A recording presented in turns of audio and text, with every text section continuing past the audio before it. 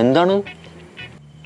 എന്തോ പറയാനാ, മൊത്തത്തിൽ സെഡാണ്, ഡെഡ് ഇൻസൈഡ്.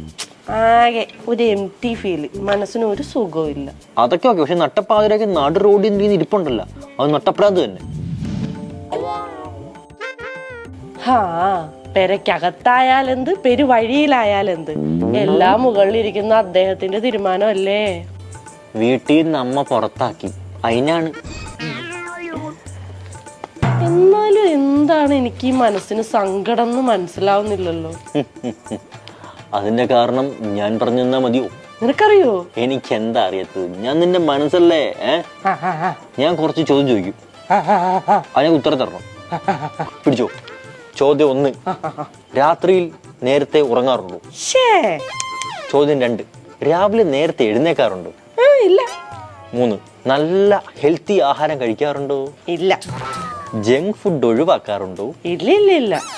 മൊബൈൽ ഇങ്ങനെ പിടിച്ച് നോക്കുന്നതിനിടയ്ക്ക് എപ്പോഴെങ്കിലും ഇത് താത്തി വെച്ച് കണ്ണടച്ചിരിക്കാറുണ്ടോ? ഇല്ലേ ഇല്ല. സ്വന്തം ഭാവിയെ പറ്റി എന്തെങ്കിലും ഒരു ചിന്ത, വ്യാകുലത ഉണ്ടാവാറുണ്ടോ? ഒട്ടുമില്ല. പൈസ ഇല്ല എന്നാ പൈസ ഉണ്ടാക്കണം എന്നൊരു ചിന്ത വരാറുണ്ടോ? ഇല്ല. എന്തെങ്കിലും തെറ്റ് ചെയ്ത് കഴിഞ്ഞാൽ അതിനെപ്പറ്റി ഓർത്തിരുന്ന് പശ്ചാത്തപിക്കുക, ആ സ്വഭാവം കുട്ടിക്കുണ്ടോ? ഇല്ല.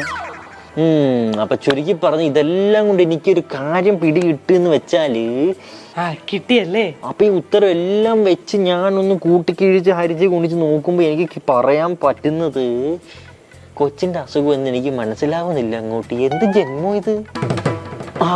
ഉത്തരം ഒരെണ്ണം കിട്ടി, പറയട്ടാ. ഇതിന്റെ പേരാണ് തിന്നിട്ട് എല്ലിന്റെ ഇടയ്ക്ക് കേറൽ.